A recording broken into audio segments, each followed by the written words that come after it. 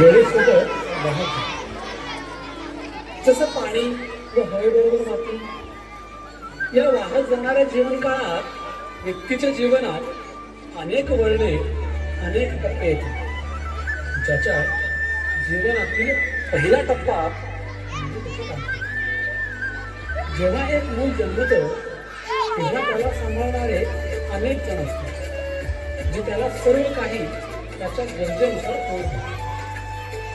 पण जीवनात अशा व्यक्तीची आवश्यकता सदैव भासते, जो त्याला योग्य मार्ग दाखवेल, जो त्याला जीवनाचा खरा अर्थ समजावून सांगेल, त्याचा बोध म्हणून अंधारातून उजेडाकडे नेऊ शकेल. त्यालाच तर म्हणतात आपल्याला अंधकारातून उजेडाकडे नेणारा हा जन्म.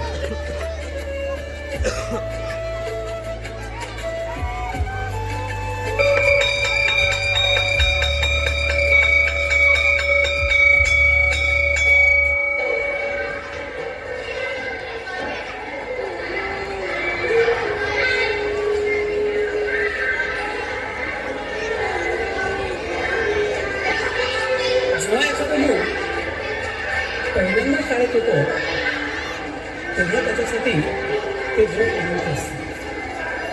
आणि या अनंत जगाशी जुळून घ्यायला त्याला थोडासा वेळ लागतो.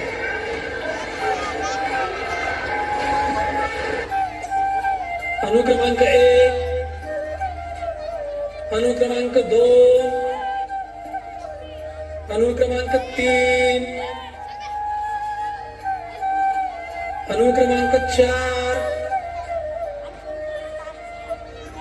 अनुक्रमांक 5, अनुक्रमांक 5, अनुक्रमांक 5.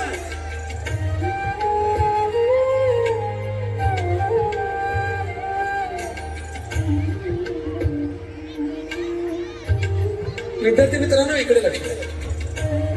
समजा आपल्या गायीने 5 लिटर दूध दिले, त्यातील 3 लिटर तुम्ही पिलात, तर मला सांगा किती लिटर दूध शिल्लक राहिले?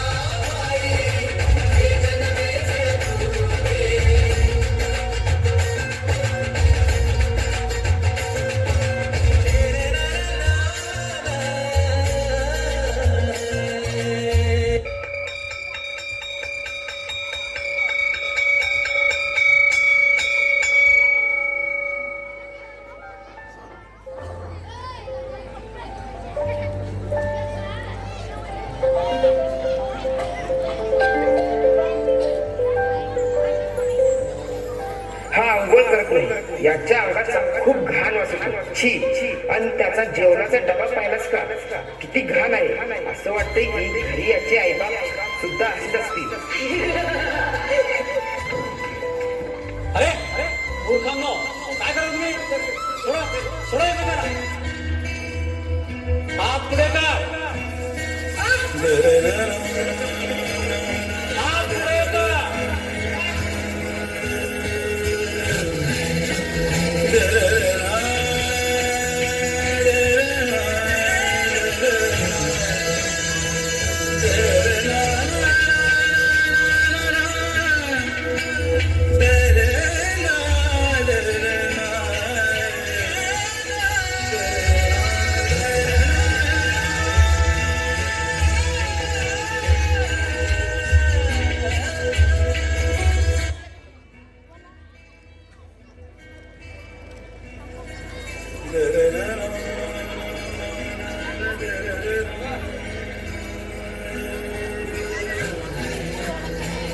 बेटा हे बघ, या समाजात प्रत्येक जण कोणाची ना कोणाची तरी पाय खेचत असतो. परंतु जीवनात काहीतरी करून दाखवायचं असेल, तुझ्या आई वडिलांची मेहनत वाया घालवायची नसेल, त्यांच्या कष्टाचं चीज करायचं असेल, तर या गोष्टीकडे अजिबात लक्ष द्यायचं नाही. तुम्ही तुमच्या ध्येयावर लक्ष केंद्रित केलं पाहिजे.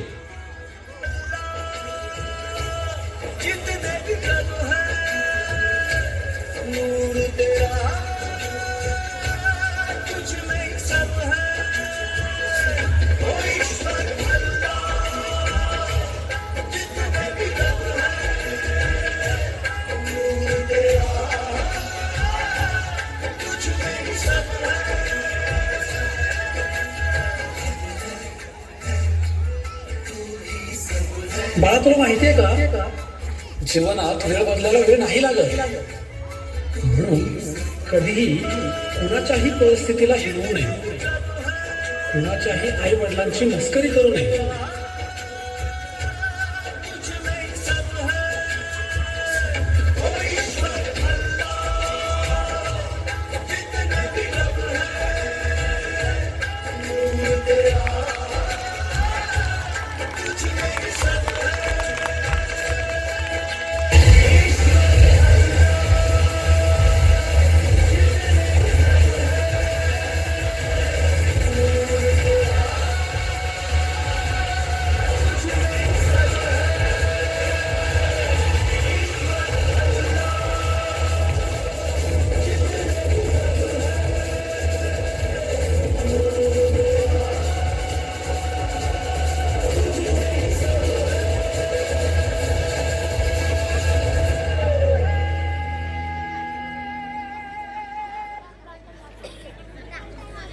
मंडळी, आपल्या जीवनात अनेक चढ उतार येत असतात, पण ते जरा वेगळंच होतं.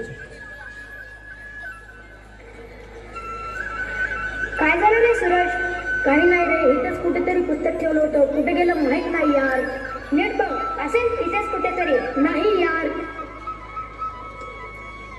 खूपच टेन्शन मध्ये दिसतोय बिचारा. हे बघ, अरे हे काय? थांब, मी सूरजला सांगतो.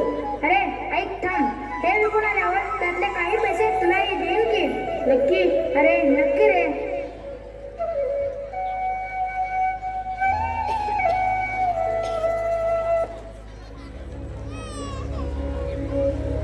स्मित, मला तुझ्याकडून हे अपेक्षित नव्हतं. नाही योग्य आहे ना, मी तुला हे शिकवलंय. तुला माहित आहे, तुझ्या या चुकीमुळे एक जण आज शिकू शकणार नाही. आम्हाला माफ करा सर, यापुढे कधीही अशी चूक करणार नाही. बाळांनो, एक गोष्ट सांगू, जीवनात कितीही मोठं संकट आलं तरी चोरी कधी करू नका. हो सर.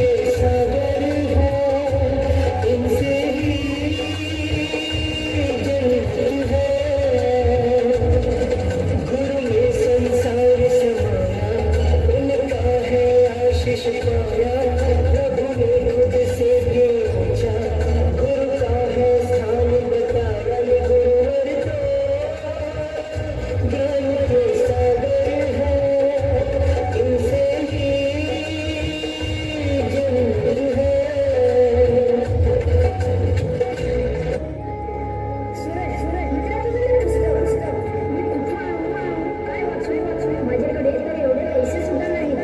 हे पुस्तक रोज आईने पाण्याच्या बॉटलमधून कसे तरी आणले होते. आणि आता तर परीक्षाही जवळ आली आहे. हे घे तुम्ही पुस्तक. अरे हेच मागून ते मिळाले.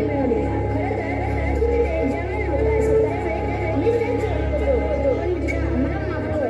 मी यापुढे असं करणार नाही. तुला शब्द देतो. माझ्या जीवनात कितीही मोठं संकट आलं तरी मी कधीही चोरी करणार नाही.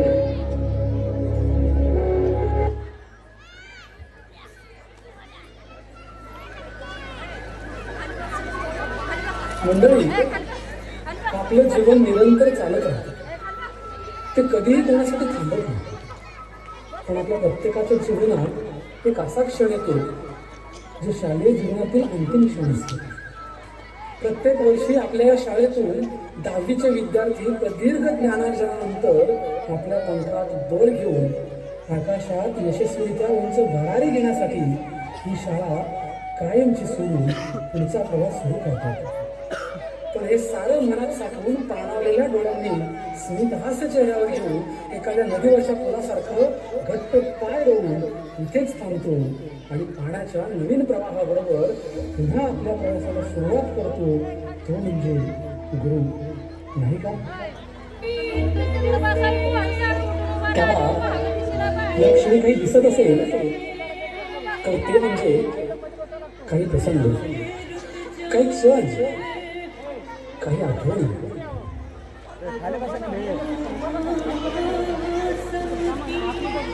अनुक्रमांक 5.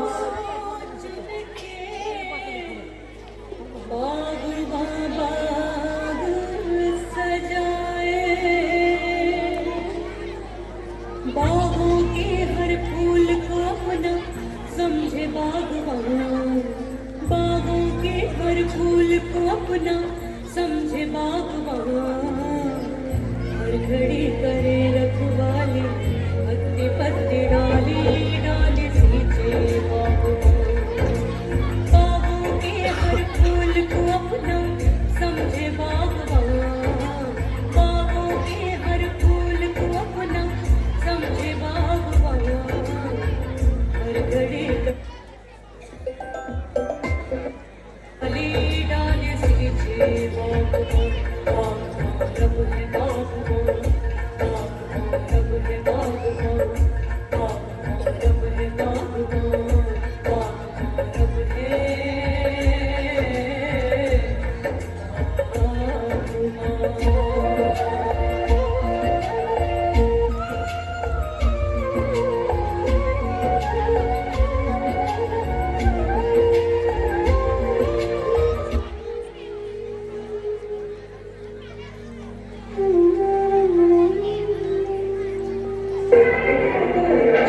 जर तुम्हाला वाईट वाटणार नसेल तर एक सांगू, मी सदैव तुमची अर्धांगिनी बनून राहिली आहे. तुमच्या प्रत्येक सुखदुःखात तुमच्यासोबत खंबीरपणे उभी राहिली आहे. परंतु एवढ्या वर्षात ना आपलं हे घर बदललंय, ना याची दुरुस्ती झाली, ना आपली गाडी बदलली, काहीच नाही बदललं. अखेर काही कमावलं आपण.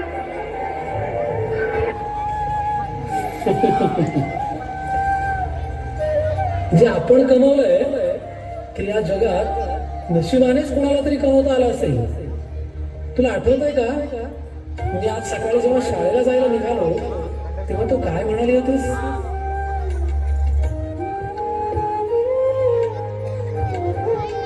हो ऐका ना, येताना माझी ही अंगठी नीट करून आणाल का? हो नक्की.